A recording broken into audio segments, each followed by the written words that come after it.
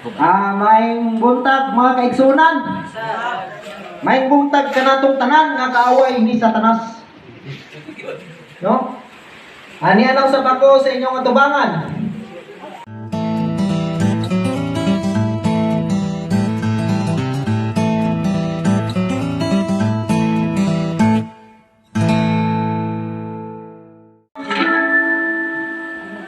Hey.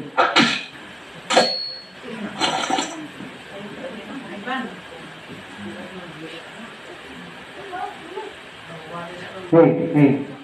Mike. May buntag mga kaigsunan. May buntag kanatong tanan nga kaaway ni Satanas. No? Ani anaw sa bako sa inyong atubangan. Sa ikaduhang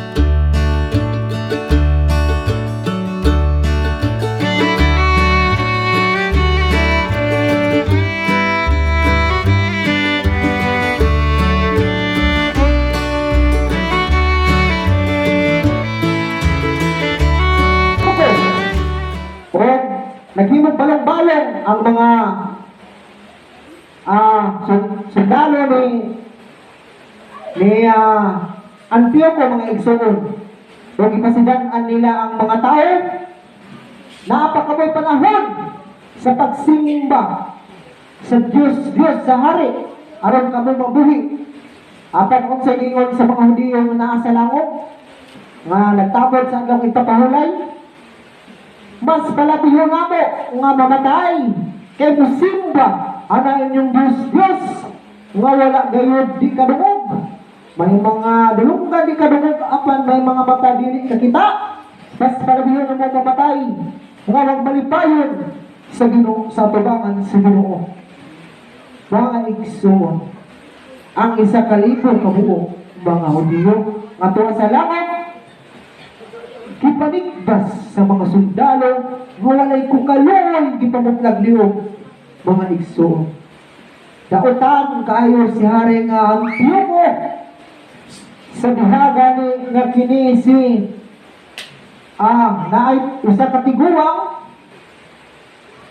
si Eliasar. Dili ni si Eliasar ka igsoon ni makapiulahin ni nga Eliasar, tiguang na rin siya. Hindi si Eliasar ipakaon karning baboy. Gibugos siya sa pagkaon o di-ay siya. Isumbag.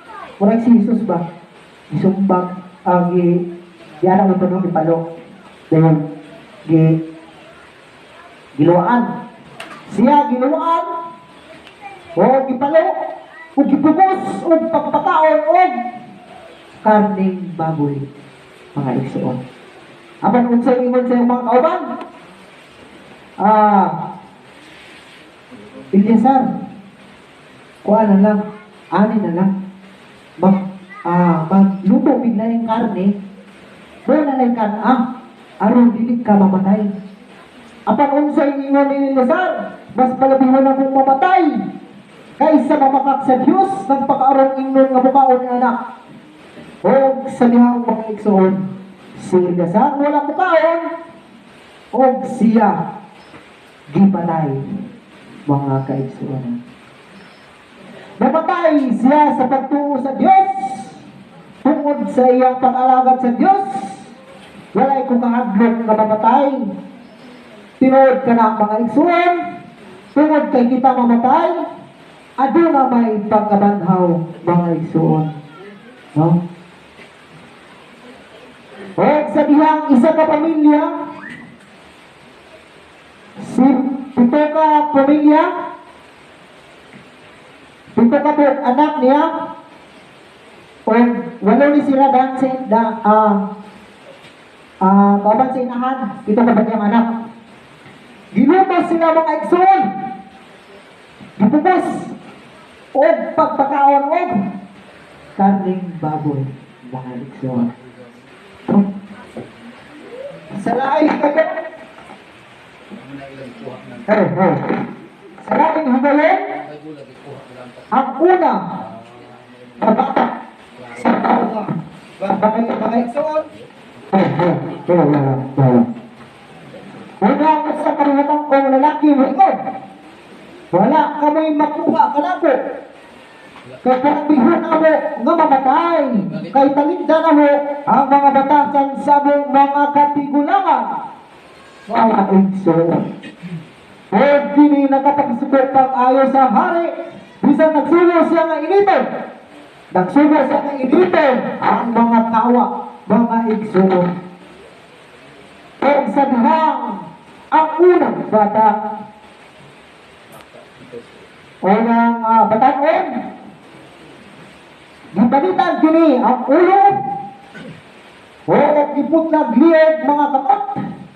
O gitambog sa kawa nga nagbukan mga isuhan. Walay ko kaluoy. Walay ko kaluoy ang hari nga nagbandog ni anak nga mga mahulgong ang pagkaon mga isuhan. O sa ikaduha, kahigayon, o niya ang ikaduha, pagkata, nangutana sila kaniya, karon, bukaon ka ikaw, di nga, karning baboy. Ikaw, Brad, bukaon ka, Brad. So, nagsatagsa ba, namang pagputol at ibang mga kahit, o mga tingin, sama sa unang igsuon na amon gipanutol ang iyang tingil o kabot o ang iyang ulo o itambog sa kawa o makaon ka drinking karne baboy. Ang sabihin sa ikaduhang bata batanon ni siya mga siguro mga urang kada kaguro ni Brad sa doy o DDGC, no? O sa gingan niya, dili ako mukaon, na busa gisakit siya sa sundalo sama sa ilang himo sa unang nga igsuon. Unya wala pa siya mo mapagpuni sa ilang gininhawa, misingit siya ngadto sa hari. Bantas ka! Hari ang tiyo mahilot ni mo kaning pakyo, apan ang hari sa tanang kalibutan, magbanhaw ka na mo, o maghatag ka na mo si kinabuhi nga walay katapusan, tungod kay mamatay kami nga nagpunag sa iyang mga balaod. Amen, mga igsuon. Sa diha ito mga igsuon. Sa pag-upagwarto ng kuhan siguro mga walang man siguro. Yung po may ng istorya ng Jeffrey, anak. Ano ba yun? Ito, istorya sa namin. Wala ka doon si Jeffrey. Kaya kay anak. Diba? Istorya sa takay. Karning irot. Karning irot. Bisa ka na yung karning irot. Atong, sabi sa luha, asal ka nga. Mingok ay ka. To, kita na doon sa istorya namin ng Jeffrey. Bakit ang Bible studyhan? Nakasabot, hindi ka pastor. Bible studyhan siya, pero Nagbayik. dili ni si Brother Jeffrey, Bible studyhan niya siya, dili ni siya magkuan, magtingog, pero makasabot, dili mangutana. No? Ang pinakugwa kasabot, ikaw uupo na sa daplin. Gano'n na ba? Gano'n siya pangutana ni mo? Wala. Wala rumapot. Pero nakasabot na si Jeffrey. Bigan sa Espiritu sa Diyos. Anong kataon sa kapalang hukugna, mga igsoon? Kami. Usap ang gikalingawan sa mga sundalo. Mga igsoon, sa diha magisugo siya sa pagdiwalwal siyang dila, gihimo dayon niya kini. Wala si balibad. Pag diwalwal mo dila. Bilabay. O giputol. Kani. O niya may sugon niyang gitoyo ng iyang mga kamot. O may sugon siyang niingon. Ang Diyos mao'y naghatag diini kanako, apan alang kanako ang iyang mga balaod, labaw nga mahinungdanon kaysa akong mga kamot. O nahibalo ako nga ang Diyos maghatag kanako pag-usap. Ang hari o ang iyang mga kauban na tingala sa mga kaisog sa maong mga tao, mga igsoon. Natingala siya sa kaisog sa ikatulong batankon, O sa diha, nga gisakit siya pag-imo, pag-ayo, gipatay siya mga igsoon, humikan sa dili pagkaon og karneng baboy.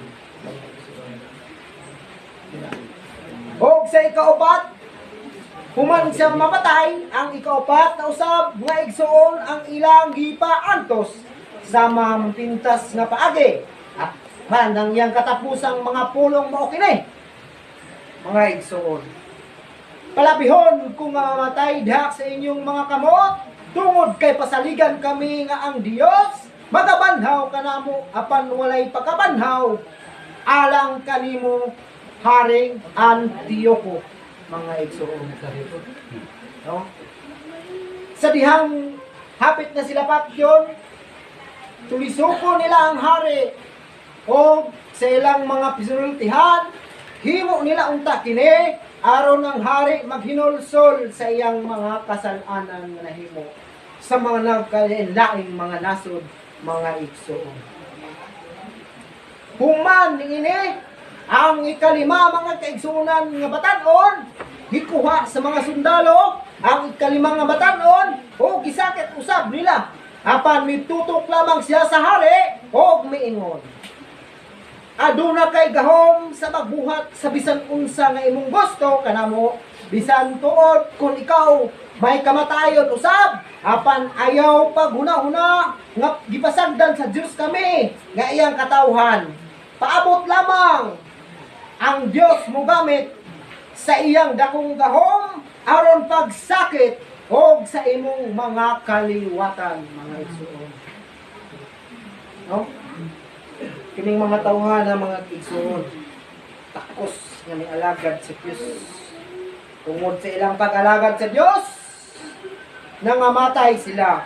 Pero nisalig sila sa giingon, nga ayaw kamong kabalaka, nga among katawha, akong katawhan, kay og mamatay kamo, pagabanhawon ko kamo pag-usab. Og makakita kamo niya ng langit nun, nga uloy anang nga dito wala na unyay katapusan sa kinabuhi mga igsoon. Amen mga igsoon. O ang ikaunom, gikuha sa mga sundalo ang ikaunom nga batanon, o sa dayon niyang kamatay, niingon siya. Dilinglam mo lamang ang imong kaugalingon, kami nag-antos sa angay kanamo tungod kay nakasalaman kami batok sa among Dios. Mo kana nga kining mga makalilisan nga mga butang nangitabo kanamo. Tungod kay nahitabo kanila mga igsoon, gitugyan sila sa Dios tungod kay niabig sila sa mga pista-pista, wala na sila nagtamod sa ilang templo, wala na sila nagpasidungog sa Dios, o sila gitugyan sa Dios mga igsoon. Apan ang Dios nagtugyan kanila, apan maluoy gyapon ang Dios mga igsoon. Tungod kay ang Dios puno sa gugmang walay paglubad o matinumanon mga igsoon. Amen. O kung sa ingon sa unom, apan ayaw pagtuo nga malikay ikaw sa silot tungod sa iyong pagpakig-away batok sa Dios mga igsoon. No? O sa dihang pagyaw-yaw niya, nagtuo siya, nga gibugal-bugalan siya, si Antioco sa mga bata, sa batanon, o sa katapusan, gipatay, usab siya mga igsoon. Gipatay siya, giputlag liyog, giputlag kamot, o gitambog sa mga kawa mga igsoon. Tuloy tayo. Kung gayon na siguro, no? Kabati ka sila sakit ato nga. Ngayon, ituyod mong pagdiretso nila. Ngayon, dila. Pagkawas ang dila. Pagkawas ang dila. O sa katapusan mo, kini ang bata nga nag-edad o 3 years old. Mga igsoon. Ang mga bata, taas kay pinulungan. Taas kayo siya pinulungan. Ingon siya, walay paagi alang kanimo aron paglingkawas sa silot diha sa mangkamot sa Dios nga makagahom sa tanan o nagtan-aw sa tanan. Ang akong mga igsoon nagantos sa hamubo nga panahon tungod sa among pagkamatinumanon sa kasabutan sa Dios apan karon nakasulod na sila sa kinabuhi nga walay katapusan apan ikaw mahulog ubos sa hukom sa Dios o silutan ingon sa angay sa imong pagkagarboso Haring Antioco ug daghan pang yaw-yaw kini nga mao nga bata ug ningon ang Antioco nga simba sa akong Dios ug kaon niya ang karne nga kaboy kay aron maluwas ikaw sa peligro bata apan unsay ingon sa inahan sa mong sa gimasusok kat tika sa akong tiyan sa siyam ka bulan ako naga padako kanimo sa dihang nigawas ka na sa akong taguangkan ako naga padako kanimo nga nagmatinahuron sa Dios anak ug ayaw paminawa ang hari nga nagsulti kanimo ako ang paminawa kay ako ang imong inahan mga igsoon apan wala pa kasulti ang inahan sa mga bata daghan kay siya yaw-yaw ni Haring Antioco siya pa pinakataas nga nagyaw-yaw diri ang katapusan nga edad og 3 years old mga igsoon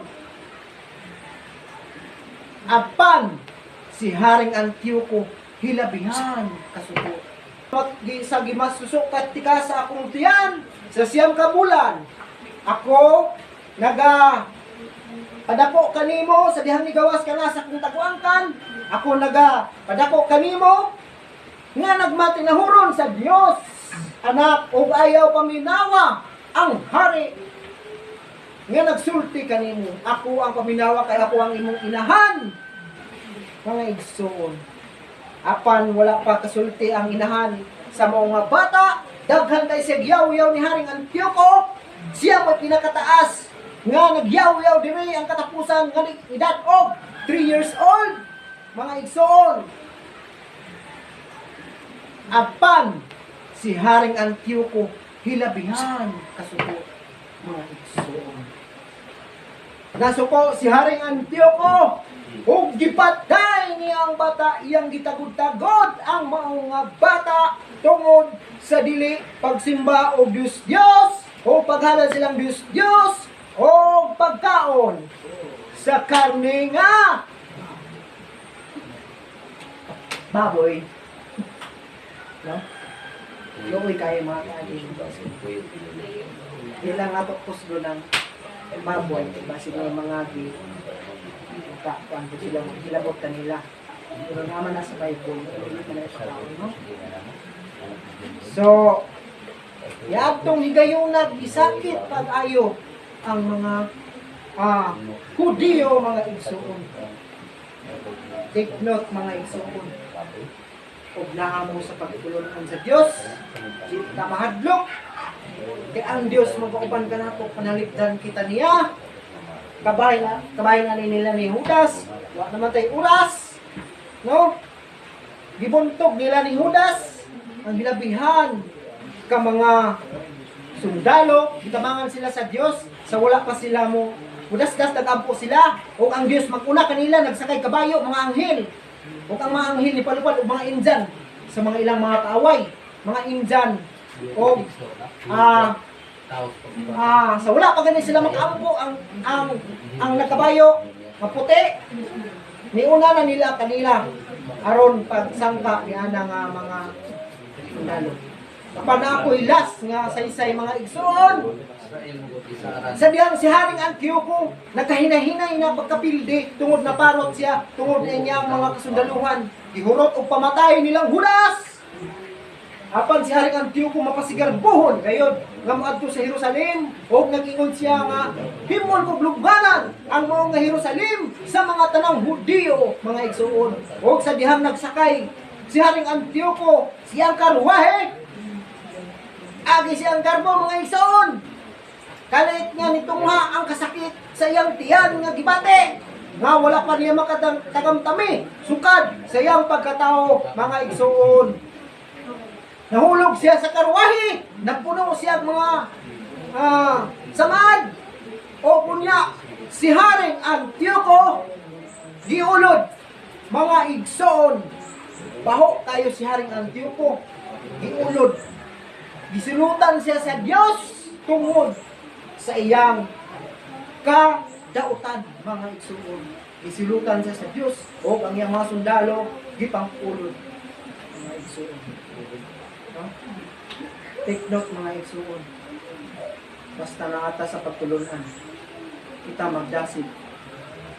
Kaya bisang mamatay ta, ay pagkabanha. Lakot, mga igsoon. Mura kedua ang akong bahay nining kaudtohon.